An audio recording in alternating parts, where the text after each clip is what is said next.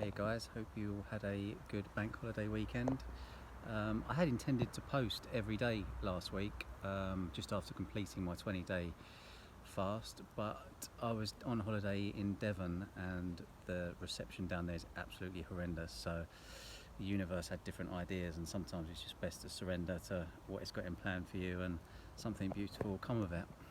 So I wanted to title today's talk thoughts for food, not food for thoughts, because a lot of people are asking me, they want to do their own fast now, and I've had probably sort of 20-25 people ask me to guide them on how to initiate doing their first fast and what type of fast would be best for them to do. So it's been really good and interesting feedback. I'm actually asking all of these people to note their daily feelings and their what they're envisioning and their manifestations and everything they're doing when they're fasting, because everyone's experience will be slightly different depending on what type of fast they're doing. It's really good for self-mastery and to see how people evolve through doing it.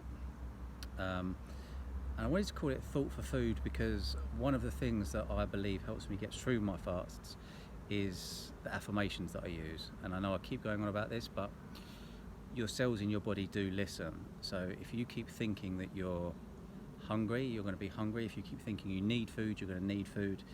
If you keep thinking you're poor, you're going to be poor. If you keep thinking you're abundant, you'll be abundant. So if you're consciously repeating to yourself every morning and night, which are the two most powerful times to imprint your subconscious, things like I am going to revitalize, remineralize, regenerate, and this is an old shaman technique of just repeating that you're something that you want to embody.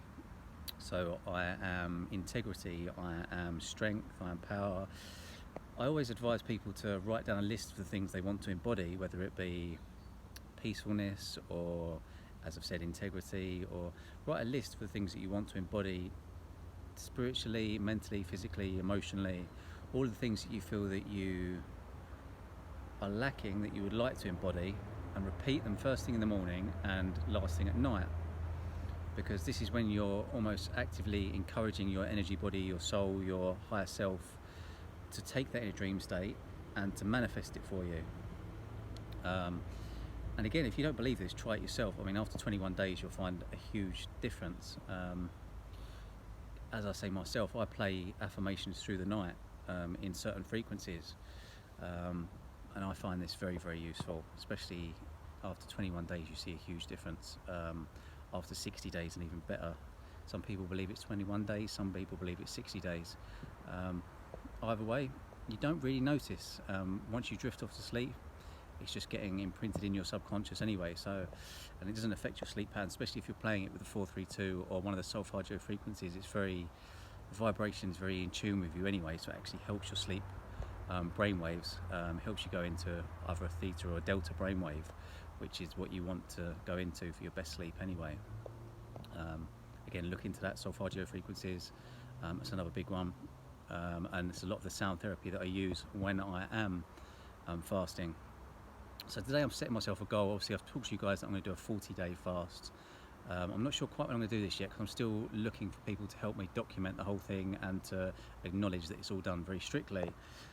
So what I am going to do on the 1st of September, I'm going to start a 30-day 8-pack challenge. So I've showed you how I've managed to go 20 days without food, and I lost 3 pounds. So I said I wasn't going to lose weight, but I actually gained strength. So I went from 13 stone 3 to 13 stone, that's 20 days no food.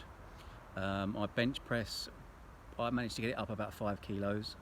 My squats were roughly the same. So overall, looking at all of my strength actually increased a little bit, and I did lose 3 pounds. So I did part of what I said I was going to do and not all of it. But now I want to show you I'm not in the lowest body fat I've ever been before, but I believe I can get an 8-pack within 30 days.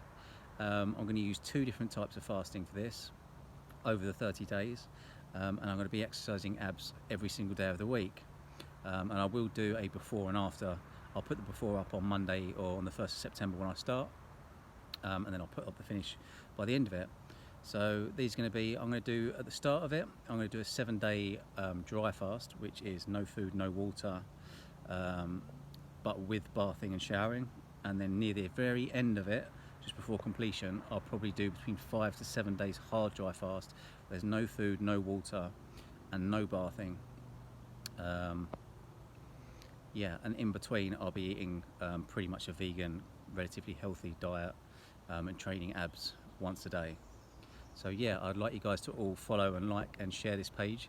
I'm going to start getting into some more weirder stuff because I'm being encouraged by a lot of my psychic and shaman friends. With a lot of the things I'm talking to them about, they feel that it's very current and that it should be spoken about. So I'm going to start going into more of the stranger things that some people will start thinking, yeah, this guy's a little bit nuts now.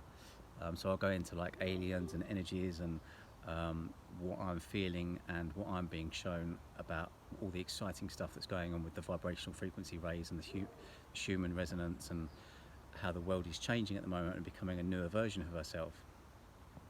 So yeah, I'll get more into that tomorrow, because I do believe there is a big resurrection going on at the moment. Or I say resurrection, but I also see it as a return to a different energy. I believe that we all started off as crystalline light bodies, that we all were just souls and higher selves without this carbon form.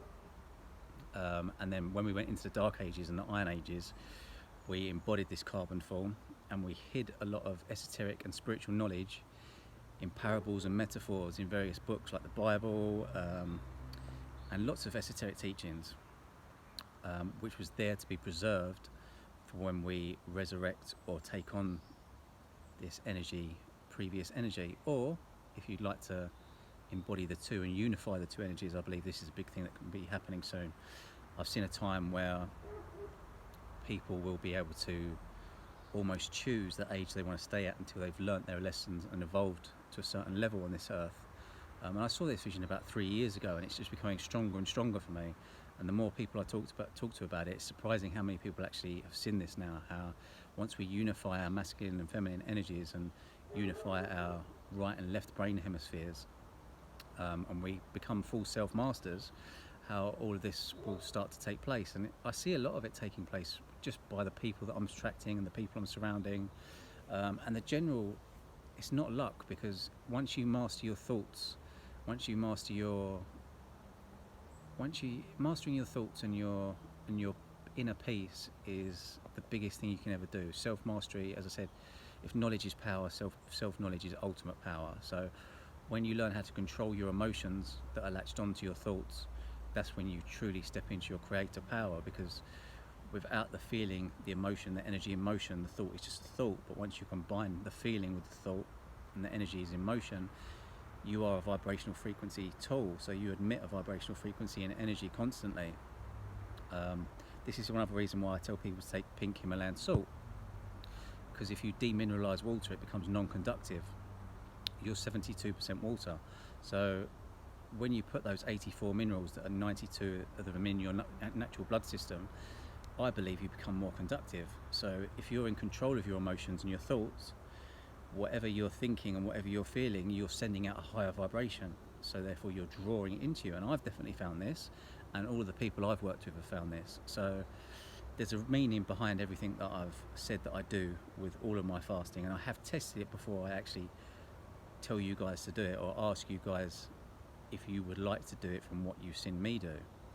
As I said, I'd never, as wrong, I would never tell you what to do. I just give you the information that I have done myself, and then if you want to take it on and try it yourself, because I believe we have a duty to tell people what we've experienced and how it's benefited us, because I think too many people have had too much of the knowledge and kept it to themselves for too long. But with this change of energies that's happening at the moment, the information is out there in the collective consciousness, and it's a lot easier for you to have access to if you're of the right vibrational frequency. So a lot of this stuff I find gets channeled when I have been I believe we live in a spiritual world, and it's a very moral spiritual world. So when you are living in a certain moral way, and another thing, I spoke to another person who's interested in fasting last week, was how when I first started this, what I would do is I'd walk around a shopping centre or wherever I'd go on a certain day, everyone that I looked at or looked into their third eye, I would bless them. Now, at first you feel a bit stupid, but if you walk around a shopping centre you're going to bless 500 to 1,000 people in the space of about 30 to 40 minutes. Then you develop little ways to do this on a quicker and larger scale. But you do start to notice how when you're blessing someone else, you're actually blessing yourself, because by giving that energy out, it comes back to you tenfold. So I'd say try it. I felt really stupid when I first did it. Now I almost do it subconsciously because it's ingrained into my subconscious. I'm walking around blessing everyone that I meet. And vibrations can only attract a like vibration. So you'll notice that any angry people or any negative people, if they come into a room with you, they just get up and leave, because they're like, what the fuck's going on here? Like, well, I don't feel right about this guy. But then sometimes when you break the ice with them and start talking to them, it's like you can explain to them what's just happened there, and maybe even connect onto their energy and feel what they're going through, and maybe give some advice. They might not want it. If they don't want it, it's up to them. But we're I believe you have a duty to share the knowledge that we've got that's helped us in certain situations. Yeah, so I hope you enjoyed that video today. Again, I try to keep all my videos to about 10 minutes or under. Looking forward to starting this next challenge on the 1st of September. If you could please like and share any of my videos. I think I'm up to 23 subscribers now on YouTube, which is nothing compared to the 37,000 I've got on Facebook. So if you could help me increase that, I'd be very, very grateful. Thank you. Enjoy the rest of your bank holiday, and lots of love and light to everyone. Cheers.